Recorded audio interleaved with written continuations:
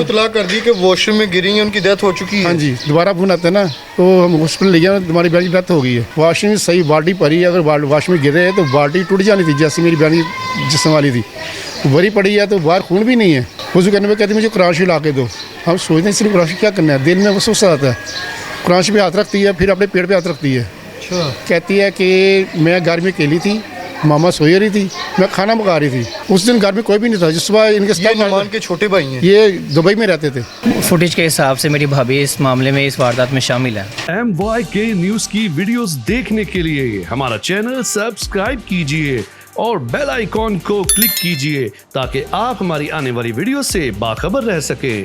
बिस्मिल्लाहिर्रहमानिर्रहीम, अस्सलाम वालेकुम। आप देख रहे हैं MYK न्यूज़ टीवी। मैं हूं आपका होस्ट आमिर भट्ट। इस्लामपुरे में एक खातून को बेदर्दी के साथ कत्ल कर दिया गया। उनके भाई हमारे साथ अख्तर मौजूद हैं और बहन और भाइयों का प्यार और रिश्ता इतना खूबसूरत है, लेकिन इनकी सिस्टर को कत्ल किसने किया, क्यों किया, इनसी जान। अस्सलाम वालेकुम सर। जी वालेकुम। सर, इंतहाई अफसोसनाक वाक़या ये पेश आया है। हमें तो इसकी बात है पहले इल्म ही नहीं था, सीधी सी बात है।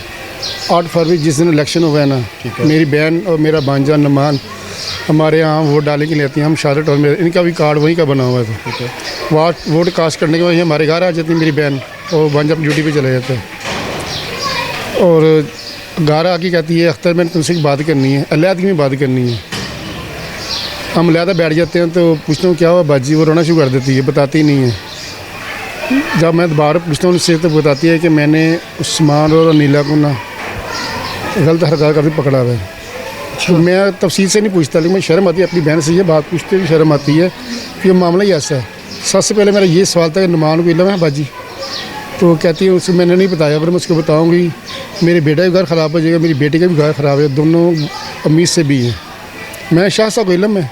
आप नुमान के मामू हैं? मैं मामू नुमान का। नुमान के मामू? हाँ जी। तो मैंने बोला स्टाफ उसको जो स्टाफ फारद है, मैंने कहा तुम्हारे मियाँ जो शाह साहब उनको इल्म है, उसको मैंने नहीं बताया। फर्स्ट तुम्हें बता रही हूँ, तुम आना उनकी गैर मौजूदगी में नुमान की और इनको समझाना ताकि हमारा घर ख़राब होने से बच जाए। इसको मसले को इधर ही हम अगर हल कर दिया जाएगा तो मज़ीद आगे मसले नहीं बढ़ेंगे। हाँ जी, क्योंकि शादी मैंने ही उनकी रिश्ता में ही लेके गया आया था ना, फिर बाजी के यहाँ तो मेरी तबीयत ठीक ना होने की वजह से मैं नहीं आ सका। 19 फरवरी जिस दिन ये वकूआ हुआ है ना, सुबह 7 बजे मेरी बहन का फ़ोन आता है कि अख्तर तुमने आज हर हाल में लाजमी आना है। अच्छा, फिर आपको बता रहे हैं कि आपने लाजमी आना है। तो आपको कोई हुआ नहीं कि यार मेरी सिस्टर इतना क्यों मुझे फोर्स कर रही है, मेरे को माइंड नहीं बना दिया? नहीं जाना था ना, लेकिन मेरी आंख का ऑपरेशन में नहीं आ सकना किसी का। तो 12:30 1 बजे करीब मैं यहाँ से 1:30 बजे इधर आ पहुँचता हूँ। मैं अकेला नहीं आता, मैं अपने भतीजे को साथ लेके आता हूँ, मैं कासिम अली के साथ। उसको कुछ पता नहीं है बात मैं किस मकसद के लिए जा रहा हूँ इधर में। यहाँ तक गरदार लोग करता हूँ तो अंदर से ना शोर आवाज़ी आती है मुझे। ठीक है, मैं इसी करमेट जाता हूँ। बाजी और मुलज़म उस्मान हमज़ा नीला ना बाजी को डांट रही है। तो सबसे पहले मैं उस्मान से कहता हूँ उस्मान आप अपने घर में जाओ, तो उससे मैं बाद में बात करूँगा। मैं हमज़ा को बाहर निकाल देता हूँ। मैं नीला को मैं समझाता हूँ अपने तरीके से, लेकिन मुझे बात करने की शर्म आती थी कि मेरे भतीजे क्या बात करूँ उसमें। ये इतना बताता हूँ कि मुझे बाजी ने सख्त बता दी है, तुम्हारी मेहरबानी है, इंसानी पुत्र बन जा। लेकिन मेरी साथ नीचे कर मेरी बात सब सुनती हैं। मैं आधा पौना घंटा उसको समझाता रहता हूँ मैं, तो मेरी किसी बात का जवाब नहीं देती वो। मैं ये बताता हूँ अगर नुमान का इल्म हो जाता है ना तो तुम्हारा घर ही बर्बाद है और इधर हिना का घर ही बर्बाद है। नुमान की सिस्टर का घर भी खराब है? हाँ जी, दोनों घर खराब हो गए। 2 घर खराब होंगे। मैं चला जाता हूँ तो शाम 6 बजे करीब मुझे फ़ोन आता है मेरे इनके स्टाफ फादर का कि अख्तर अली माँ तुम्हारी बहन ना वाशरूम में गिरी हैं और उसको हम ऊँची अस्पताल लेके जा रहे हैं। मैं ठीक है, मैं भी आने की कोशिश कर दूँ तैयारी में। घर इधर से कितनी दूर है? हम शाहरा टाउन में रहते हैं। ठीक है, ये इस्लामपुर हम शाहरा टाउन में रहते हैं। तो कि 10 मिनट नहीं गुजरते दोबारा फिर कॉल आ जाती मुझे मेरे बहनों की, अख्तर अली तुम्हारी बहन वाशरूम में गिरी फौत हो गई है। जब मैं सुनता हूँ तो इतला कर दी कि वॉशरूम में गिरी हैं, उनकी डेथ हो चुकी है। हाँ जी, दोबारा फोन आता है ना तो हम हॉस्पिटल ले गए, तुम्हारी बहन की डेथ हो गई है। तो मैं सुनते साथ ही मेरी शुगर लो हो जाती है और मेरी तबीयत बिल्कुल ख़राब हो जाती है। घंटा या आधा घंटा या पौना घंटा कितना टाइम लगता है ख्याल नहीं किया, वो मेरी तबीयत समझने टाइम लगता है। मेरी भाभी मेरा मुझसे बड़ा भाई मेरे पास ही होते हैं, हम तीनों नहीं आना होता है और बच्चों ने साथ आना। हम सब जा पाते हैं मुंशी हॉस्पिटल जाते हैं, वहाँ कहते हैं वो बीबी को घर ले ही जाती हैं। इधर ही मेरी बहन में लटाया हुआ था, हम इधर ठहर अंदर जाता हूँ मैं देता हूँ तो मुझे खून नज़र नहीं आता।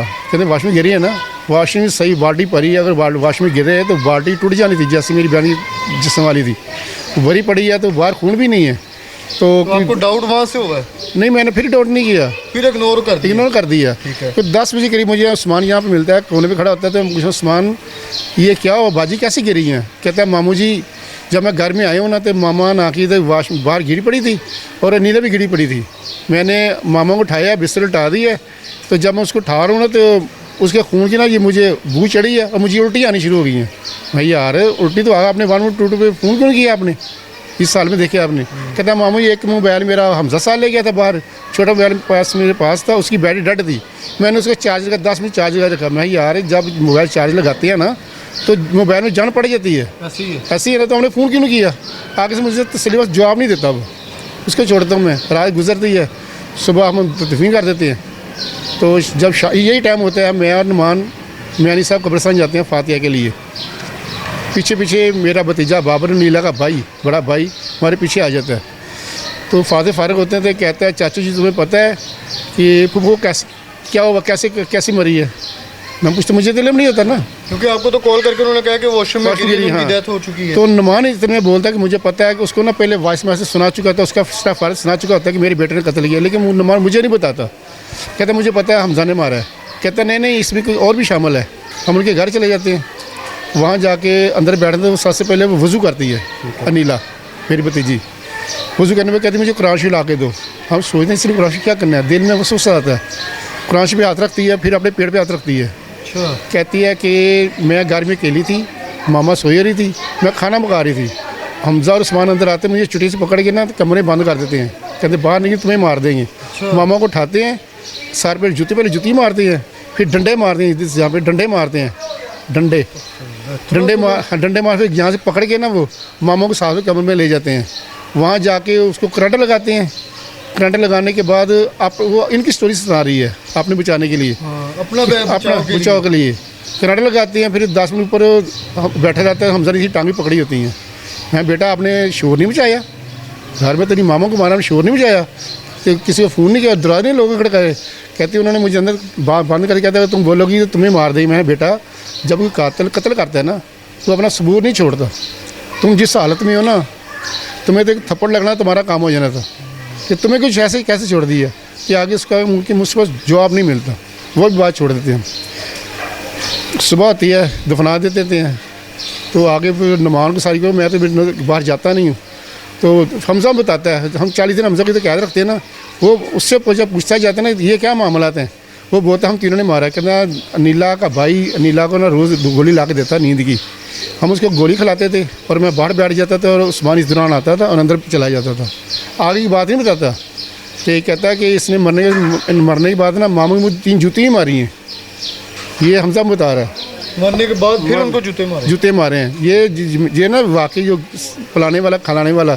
ये घर में कितने अफराद टोटल, मर्द कितने थे उस दिन घर में कोई भी नहीं था। जिस सुबह इनके ये नुमान के छोटे भाई हैं, ये दुबई में रहते थे। वालेकुम सलाम। आप के भाई की जब शादी हुई आप मौजूद थे शादी पे? जी मैं शादी पे मौजूद था। शादी के कितने अरसे बाद आप गए दुबई? मैं शादी के 5 महीने बाद दुबई गया हूँ। मैं नवंबर में दुबई गया था। दुबई डेली मेरी वालदा से बातचीत होती थी उनसे। मुझे दुबई में ही अपनी जॉब के दौरान ही इत्तला मिली थी, जबकि मेरी वालदा से 3 घंटे पहले बात हुई थी वीडियो कॉल पे। तो मैंने उनसे पूछा माँ जी क्या कर रहे हैं? भाई मैं अभी नमाज़ पढ़ी है, खाना वगैरह खाया, तुम अब सो रही हो। मैंने कहा ठीक है माँ जी आप फ्री हो जाएं, मैं आपको 8 बजे यहाँ से फ्री होकर कॉल करूँगा। लेकिन 8 बजे मुझे मेरी वालदा की खबर मिल जाती है दुबई में। तो उसी वक्त मैं फ़्लाइट पकड़ता हूँ और सुबह तकसीम से 1 घंटा पहले मैं पाकिस्तान आ जाता हूँ। तो आपको यकीन था कि ये मामला मेरी मदर के साथ, मेरी सगी भाभी और उनके साथ जो मिले हुए लोग, हमें तकसीम वाले दिन तक किसी पे हमें किसी पे भी शक नहीं था, क्योंकि कुछ नहीं, हमारे सामने कुछ नहीं था।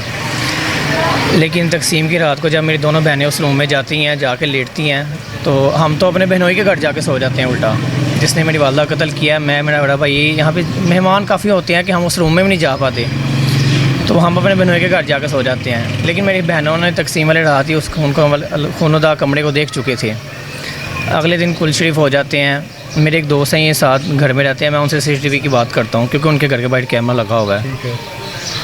तो CCTV उनके पास, हमें कुलो की रात को मुझे उनसे CCTV मिलती है। मैं CCTV में देखता हूँ जिसमें हमारा बहनोई उस्मान, हमज़ा इस वारदात में शामिल हैं। हमारी भाभी जो वारदात के बाद हमज़ा मुल्ज़म के साथ ही 25 मिनट बाइक पे गायब रहती हैं, और जिस दौरान मैं CCTV देख रहा होता हूँ उसी दौरान मेरी भाभी जो हैं खुद को बचाने के लिए अपने बच्चे की कसम खाती हैं, कुरान शरीफ की कसम खाती हैं, और मामू को, अपने मेरे भाई को किसी हमारे रिलेटिव्स के घर पे जाके सब कुछ वाक़या बता रही होती हैं कि भाई मेरे आंखों के सामने हमज़ा और उस्मान ने अम्मी का कत्ल किया है। जबकि मैं CCTV फुटेज उस वक्त देख रहा हूँ, किसी उस फुटेज के हिसाब से मेरी भाभी इस मामले में, इस वारदात में शामिल है। तो भाभी के साथ आपका कैसा रिलेशन था? ठीक था, हमारे साथ वो ठीक रहती थी। हर घर में नोक चोक होती थी खाने पीने को लेके। तो एक नॉर्मली चलता जी बिल्कुल, सिर्फ इतना सा था, वैसे उसके अलावा हमारे आपस में कोई नोक चोक नहीं होती थी। ठीक था तो रिलेशनशिप। शादी के 5 माह बाद आप गए हैं दुबई, तो 5 माह के दौरान कोई ऐसी एक्टिविटी होती है ना कि आपके बहनोई आ रहे हैं, कोई हमज़ा आ रहा है, तो कोई ऐसी चीज़ नोट की हो? क्योंकि बड़े भाई तो आपके जॉब पे चले गए हैं, तो छोटे आप हैं, तो आप ही घर पे हो? जॉब पे होता था, मैं यहाँ पे नहीं होता था। मेरी वर्कशॉप ये इस मोहल्ले में, ये बाहर जाके मेरी वर्कशॉप होती थी। मैं दिन में 3 चक्कर लगाता था, लेकिन मैं घर पे नहीं होता था। मेरी मौजूदगी के दौरान सिर्फ इनके मोबाइल तक रबते थे। अब वो रबते इनके शादी के बाद शुरू हो गए या वारदात से 5 महीने पहले शुरू हो गए, इनके रबते इनके काफ़ी टाइम से शुरू हो गए थे। असल जो इनका मामला बने थे वो मेरे बाहर जाने के बाद ये इनके राब्ते बढ़े हैं। फिर मेरी भाभी, मेरी जो बड़ी सिस्टर हैं, वो 1.5 साल से हमारे घर थी, क्योंकि उनके हस्बैंड अबू धाबी में होते थे। जनवरी में वो आए हैं, वो अपनी वाइफ को अपने साथ ले गए हैं। फिर इनके रास्ते मुलाकातों में बदल गए। उन मुलाकातों में मेरी वालदा ने 2 बार इनको देख चुके थे।